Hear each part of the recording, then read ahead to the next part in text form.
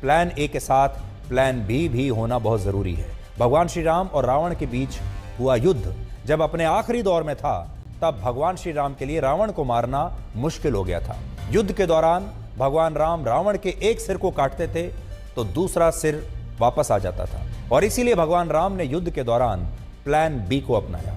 विभीषण के कहने पर भगवान राम ने रावण की नाभि पर वार किया और रावण का वध करके उस पर विजय हासिल की। इसलिए प्लान ए के साथ प्लान बी भी हमेशा तैयार रखिए। दूसरी सीख है, करना आसान नहीं था, लेकिन उन्होंने कभी भी अपना धैर्य और विश्वास खोया नहीं। इस युद्ध को जीतने के लिए भगवान राम ने अपनी टीम के साथ पूरी योजना बनाई, कड़ी मेहनत की, परिश्रम किया और आखिरी क्षण तक चुनौतियों से एक एक करके सामना किया। और उनके इसी धैर्य ने रावण पर उनकी जीत को आसान भी बनाया और सुनिश्चित किया। यानी जो सफलता होती है वो समय भी मांगती है और संयम भी मांगती है। देवता कुबेर का भाई था, लेकिन सीता के अपहरण की एक गलती ने उसका सारा सम्मान, उसकी सारी रेपुटेशन, उसका जीवन ही समाप्त कर दिया, और उसकी ये गलती उसके वध का सबसे बड़ा कारण बन गई। चौथी, किसी को ना बताएं।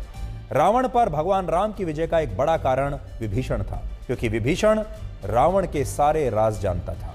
विभीषण ने ही रावण की नाभि में छिपे अमृत का रहस्य भगवान राम को बताया, जिसकी वजह से भगवान राम रावण का वध करने में सफल हुए। यानी आपके राज, आपकी जो गुप्त जानकारियां हैं, वही आपकी सबसे बड़ी ताकत होती हैं और वही आपकी सबसे बड़ी कमजोरी होती है। और कोई आपका अपना ही, अपने कोई आसपास रहने वाला व्यक्ति ही उसका सबसे ज्यादा लाभ उठाता है और फिर आपको हानि पहुंचाता है। कम करके आंकने की भूल ना करें। रावण की तुलना में भगवान राम एक साधारण मनुष्य की तरह थे। वो अपने राजपाट और सेना से दूर जंगलों में वनवास काट रहे थे, जबकि दूसरी तरफ रावण बहुत शक्तिशाली था और उसे कई वरदान भी प्राप्त हुए।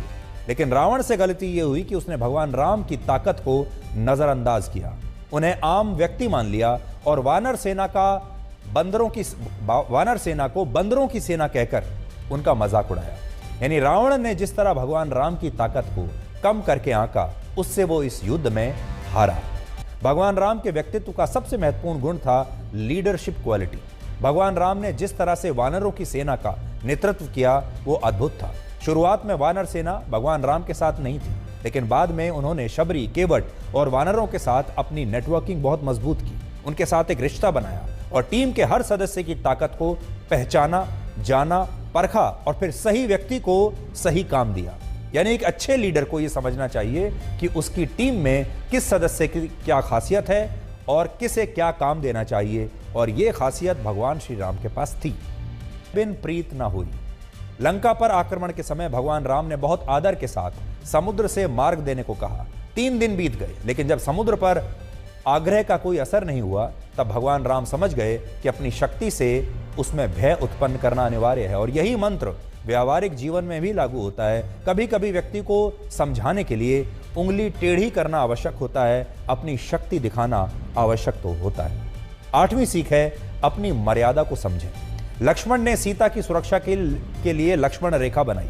रावण ने धोखे से सीता को लक्ष्मण रेखा लांघने के लिए मजबूर किया और उनका अपहरण किया। यह सीता की गलती थी। मैनेजमेंट की दृष्टि से यह बहुत जरूरी सबक है, क्योंकि कई बार छोटे छोटे लालच लोगों को उनकी सीमाओं से बाहर जाने के लिए बाध्य करते हैं।